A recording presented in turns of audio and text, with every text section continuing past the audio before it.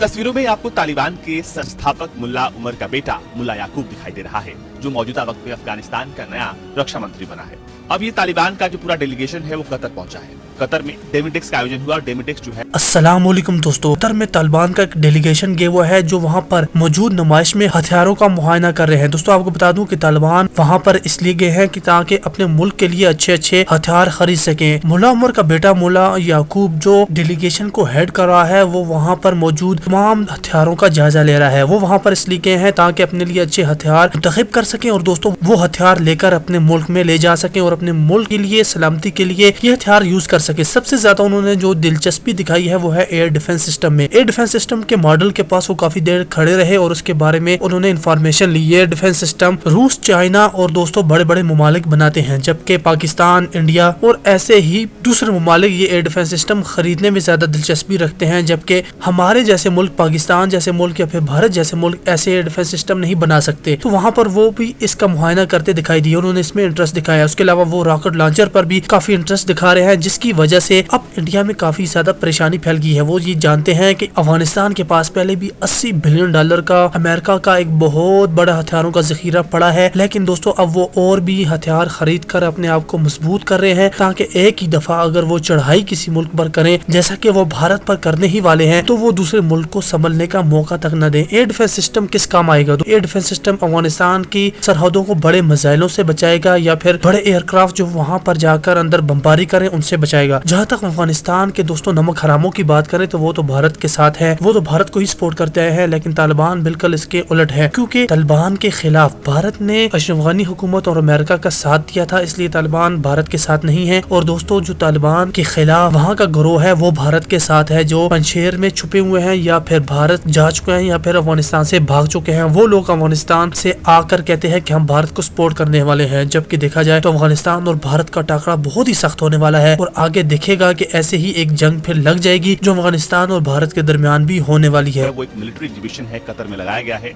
और इसी डेमिटेक्स में अब तालिबान के रक्षा मंत्री मुल्ला याकूब अपने देश के लिए सुरक्षा के सामान को देख रहे हैं, क्योंकि अब तालिबान इस तैयारी में है कि ज्यादा से ज्यादा सुरक्षा संबंधी सामानों को खरीदा जाए, हथियारों को खरीदा जाए ताकि देश को और महफूज बनाया जाए। उनके साथ हैं तालिबान के जॉइंट चीफ ऑफ स्टाफ और सभी पूरा डेलीगेशन जो है तालिबान से यहाँ पर पहुंचा है और तालिबान का डेलीगेशन इस बात को आश्वस्त कर रहा है कि अपने देश के लिए, अपने देश के लिहाज से जरूरी सामान को खरीदा जाए और इसी को लेकर बातचीत शुरू हो गई है।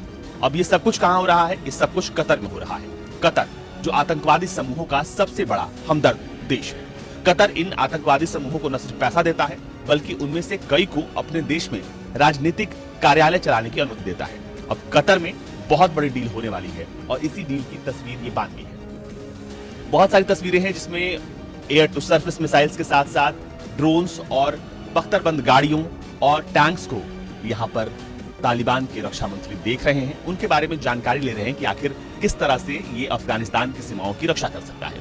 तालिबान की अब रक्षा उपकरणों में दिलचस्पी इस बात को बता रही है कि अब तालिबान आने वाले वक्त में अपने देश को और महफूज बनाने के लिए नए साजो सामान और हथियार खरीदेगा, क्योंकि वो अपने सैनिकों को तो ट्रेन कर ही रहा है। अब वो हथियारों को अपने यहाँ खरीद कर लेकर आएगा जो विदेशी हथियार है। लेकिन सबसे दिलचस्प है कि यहाँ पर इनकी दिलचस्पी सबसे ज्यादा एयर डिफेंस सिस्टम्स में दिखी, जहाँ पर एयर डिफेंस सिस्टम के एक डमी मॉडल के सामने मुल्ला याकूब उसके बारे में जानकारी लेते हुए दिखाई दे रहे हैं।